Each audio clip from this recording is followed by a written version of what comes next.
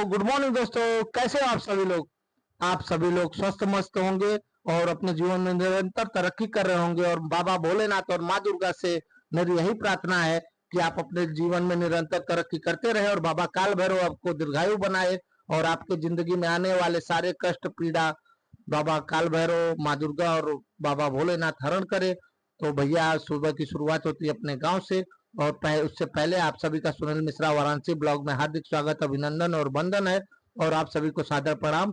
तो भैया हम अपने गांव गए थे और गांव पे मुलाकात हुई हमारे उमेश भैया से। तो उमेश भैया बोले हम तुमको बड़ी मार मारेंगे क्योंकि तुम आते जाते नहीं हो। तो भैया ने बड़ा धमकाया क्योंकि ये सीनियर हैं तो धमका सकते हैं। तो इनके धमकाने से कुछ बुरा लगता नहीं है क्योंकि भैया बहुत अच्छे आदमी हैं और ये अपने बगल में ही सहज जन सेवा केंद्र चलाते हैं। और हमारे बगल में जो बैठे खड़े हैं ये छोटे भाई हैं और विनोद यादव जी। विनोद यादव जी ने कहा कि भैया आप मेरा पान एक खा के देखिए। मैंने कहा भैया तू ज्यादा कट्ठा लगा दोगे या चूना लगा दोगे, मेरी गाल कट जाएगी। बोला नहीं नहीं है, हम तो बड़ा फेमस पान वाले हैं, बनारसी पान वाले, मलाईदार लगाएंगे आपको, आप खा के तो देखिए। उसके बाद हमारे माइकल वेवन जी, क्रिकेट जगत के माइकल वेवन जी से मुलाकात हुई। माइकल वेवन जी ने कहा एक दिन क्रिकेट हो जाए।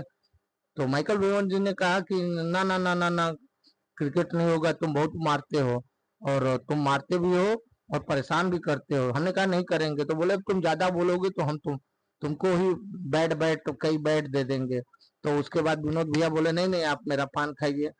तो हमने कहा ठीक है भैया पान लगाइए। और वाकई में पान बहुत जबरदस्त मलाईदार रसेदार और मलाई मार के पान खिलाया उन्होंने। और इतना खूबसूरत पान खिलाया कि पान खाने के बाद दिल खुश हो गया। बोले अब पसंद आया कि नहीं पान तुम्हें मेरा। मैंने कहा भैया बहुत पसंद आया। बोले अगर झूठ बोलोगे तो समझ जाना पान में चूना ज्यादा और कट्ठा कम कर देंगे। हमने कहा नहीं नहीं भैया।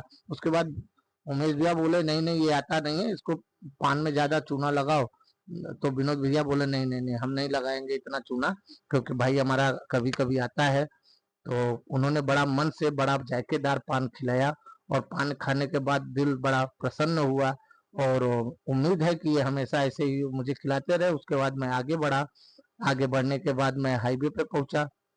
तो हाईवे पे पहुंचने के बाद वहां पे एक भैया थे, एर्टिगा कार से वो ड्राइव कर रहे थे और मेरे सामने ही ऑन द स्पॉट नीलगाय के टकराने से गाड़ी के परखच्चे उड़ गए। मारुति की एर्टिगा थी और भैया गाड़ी में बैठे बैठे परेशान हो गए क्योंकि आप समझ ही सकते हैं कि जब सिचुएशन ऐसी होती है तो हर आदमी को घबराहट होने लगती है। तो हम लोग दो लोग थे, पहले भाग के गए, दरवाजा गेट खोला उनका। उनको हमने कहा भैया परेशान मत होइए, आप बाबा भोलेनाथ और माँ दुर्गा के आशीर्वाद से आप स्वस्थ हैं और आपको खरोच तक नहीं आई है। गाड़ी का क्या है, गाड़ी तो बन जाएगी। क्योंकि दोस्तों गाड़ी तो जिंदगी में आप बहुत खरीद सकते हैं लेकिन आपकी जिंदगी बड़ी अनमोल है और इस जिंदगी को हमेशा सजो के प्यार से और हंसी खुशी निभाइए। तो भैया को मैंने बड़ा ढाढ़स दिया।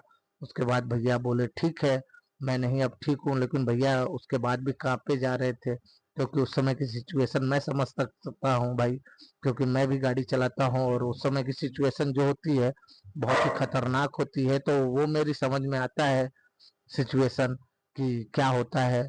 उसके बाद भी मैंने कहा भैया से कि आप घबराइए मत, आप कम से कम पानी पी लीजिए। उसके बाद मैं आगे बढ़ा तो गांव में बच्चे गंगा के किनारे माँ गंगा पतित पावनी माँ गंगा के सामने ये लोग जबरदस्त क्रिकेट खेल रहे थे। तो क्रिकेट देखने का मन कर दिया मेरा। तो मैं कुछ देर वहां खड़े हो गया और खड़े होने के बाद मैं मन ही मन सोच रहा था काश मुझे भी खेलने को मिल जाए, काश मुझे भी खेलने को मिल जाए। लेकिन कहूँ किससे, डर भी लग रहा था कहीं ये सब पीटने लगे मुझे बाहर का समझ के। लेकिन हमको क्या पता उनको कि मैं उनके पड़ोस के गांव का ही हूँ। लेकिन फिर भी डर लग रहा था कि अगर मैंने उनको कहा कहीं वो पीटने लगेंगे तो मेरी तो खटिया खड़ी बिस्तरा गोल हो जाएगा और पूरी तरह से परेशान हो जाएंगे। तो इसी के साथ मैं थोड़ा ऊहापोह की जिंदगी जी रहा था। तो भाई साहब एक हम आगे बढ़े तो भाई साहब को देखने के बाद थोड़ा सा मेरा दिल किया कि मैं भाई साहब से बात करूं। लेकिन भाई साहब से भी मैंने बात नहीं किया क्योंकि भाई साहब थोड़ा जल्दबाजी में थे। तो उनसे भी बात करना मुझे थोड़ा सा अनकंफर्टेबल फील हुआ। उसके बाद वो रोड था, पीपा का पुल है तो रोड बहुत ही चालू था। तो रोड चालू होने के बाद सब लोग, आवागमन बहुत ज्यादा हो रही थी और मैं क्रिकेट मैच देख रहा था और सिक्स पे सिक्स लग रहा था, तो दिल यही कर रहा था काश मेरे हाथ में भी बैट आ जाए और मैं भी दो चार सिक्स लगा दूं। लेकिन इम्पॉसिबल चल रहा था। किससे कहूँ किससे न कहूँ, कहीं ये सब मारने लगे, क्योंकि मार का डर भाई बहुत बहुत होता है कि मार के आगे भूत भाग जाता है। कहावत सुनी होगी आपने कि मार के आगे भूत भागते हैं। तो इसी वहां के साथ मैं खड़े खड़े बस वीडियो बना रहा था और लाइव अपडेट कर रहा था। साथ में मेरे एक भाई साहब आए बगल में, तो उनको देखने के बाद मुझे फील हुआ कि भैया से कुछ बात करें, तो मैंने उनको हाय हेलो किया। तो भैया ने कहा भैया मैच खत्म होने वाला है, थोड़ी देर बाद मैं आपको 3-4 बॉल खिलवा दूंगा। मैंने बोला धन्यवाद भैया, आपका दिल से बहुत धन्यवाद, कोई मारेगा तो नहीं ना मुझे हाँ बैट लेने के बाद। बोले नहीं नहीं भैया आपको कोई नहीं मारेगा। हमने कहा अरे यार मान लो तुम कह रहे हो खेल लो, लेकिन अगर कोई वहां पे गया, हमने बैट मांगा, कहीं वो बैट बैट मुझे ही ना पीट दे, क्योंकि वो मुझे पहचानता तो है नहीं कोई। तो बोले भैया आप घबराइए मत, आपको कोई नहीं पीटेगा। मैंने कहा देख लेना भाई, तुम्हारे कहने पे मैं खड़ा हूँ और मैं वेट कर रहा हूँ अपने टाइम का। तो क्योंकि अगर मार खा जाता तो भैया, वो कहते हैं ना कि मार खाने के बाद आपको कैसा फील होता है, मार के मुंह को ओढ़ देते हो, वैसे भी आंख पे कीड़े ने जबरदस्त कई बार काट लिया है। तो इसलिए बड़ा डर लग रहा था कि कहीं मार के हाथ गोड़ भी ना सुझा दे सब, कि 4-6 दिन मुझे फिर घर पे बैठना पड़े। लेकिन भैया बोले नहीं नहीं नहीं नहीं, आप मत घबराइए, आपको कोई नहीं मारेगा, आप परेशान मत होइए, आप निश्चिंत रहिए। तो उसके बाद मैं गंगा के किनारे, और जो गंगा के किनारे रहते हैं उनको पता है कि गंगा के किनारे कितना ही शांत वातावरण होता है और शुद्ध हवा जब चलती है तो उस समय का वातावरण कितना सुखद होता है, ये आप सभी को पता है। जो गंगा के किनारे रहता है उनको भली भांति पता है। और गंगा के किनारे रहने वाले हमेशा स्वस्थ रहते हैं, क्योंकि सुबह में वो स्विमिंग करते हैं और शाम के टाइम बालू के रेती पे क्रिकेट खेलते हैं। तो इस सिचुएशन में जो शरीर के हर एक अंग होते हों पूरी तरह से वर्क करते हैं।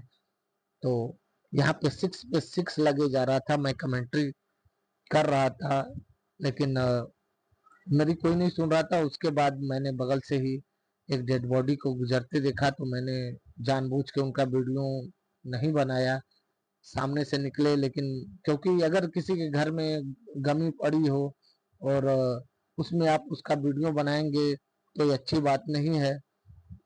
क्योंकि आप अगर किसी को सांत्वना नहीं दे सकते तो आप किसी के दुख का कारण भी मत बनिए, क्योंकि आपका काम है लोगों को हंसाना, ना कि लोगों को रुलाना। तो इसलिए मैंने वीडियो उनका नहीं बनाया। और फिर हमारे भैया आए तो ये हमको घूरे जा रहे थे, डर लग रहा था कि ये कहीं ये ना कहें कि तुमने वीडियो बना लिया, लेकिन मैंने वीडियो नहीं बनाया। और यहाँ पे कैच आउट होने के बाद फिर हमारे भाई साहब हमारे पास आए, फिर उनको मैंने बुलाया भैया क्या हुआ, तो बोले हम मैच जीत गए। तो हमने कहा भैया मुझे भी खिला दो, तो बोले ठीक है भैया आ जाइए। तब तक बाकी बच्चे ने स्टंप और बैट लेके जाने लगे। मैंने कहा भैया मुझे भी खिला दो 4 बॉल, तो उन्होंने कहा ठीक है भैया आप आगे बढ़िए, मैं आपका वीडियो बनाता हूँ। तो एक भाई ने कहा भाई मोबाइल लेके मत भाग जाना। तो उसने कहा नहीं नहीं नहीं मैं वीडियो बनाऊंगा, आप घबराइए मत। तो उसके बाद फिर मेरे पास बैट आ रहा था, तो मेरे हाथ में बैट मिला।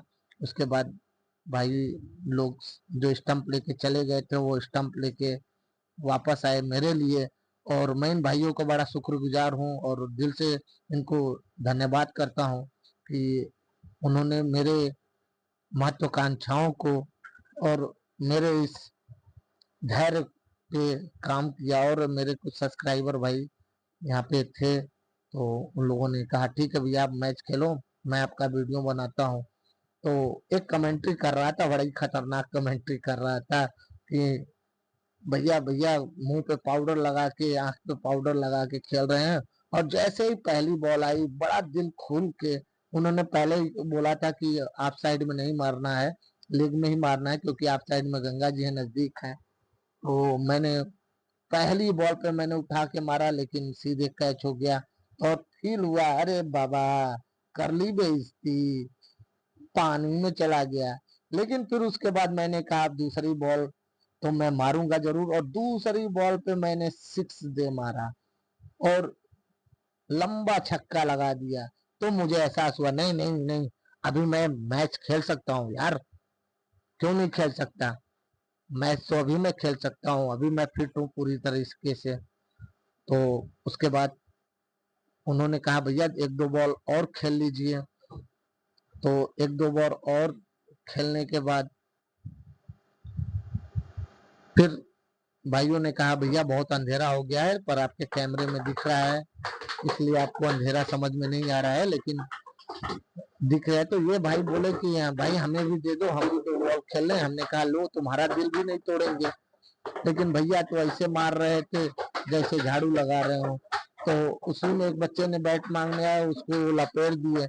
हमने कहा भैया अच्छा हुआ कि तुमने मुझे नहीं लपेटा यार, नहीं तो कैमरे के आगे मेरी तो एल लग जाते। तो उसके बाद दोस्तों मैंने इन लोग भाइयों को धन्यवाद बोला और इनको दिल से आभार दिया कि आप लोगों ने मुझे अपने लायक समझा, मैच खेलने दिया। तो कुछ भाइयों ने पूछा भैया आप किस नाम से ब्लॉग बनाते हो, तो मैंने कहा सुनील मिश्रा वाराणसी ब्लॉग के नाम से मेरा चैनल है, आप वहाँ पे सर्च करके देख सकते हैं। और ये आज की वीडियो आज मैं अपलोड करूंगा रात को। तो उन्होंने कहा ठीक है भैया, हम आपकी वीडियो जरूर देखेंगे। और कुछ ऐसी बातें भी हो रही थी कि जो ना बताने लायक हो। उसके बाद भैया मैं वापस अपने घर पे आया, और घर आने के बाद हमारी जो कैंडी रानी और ब्रोनो महाराज थे, तो कैंडी रानी थोड़ी सी अस्वस्थ हैं। तो कैंडी रानी के अस्वस्थ होने की वजह से थोड़ा सा मूड डिस्टर्ब हो गया, क्योंकि कैंडी रानी हर 4-5 दिन पे डिस्टर्ब कर दे रही हैं। कभी फीवर आ जा रहा है तो कभी कोई प्रॉब्लम। तो इनको लेके मैं थोड़ा सा परेशान रहता हूँ।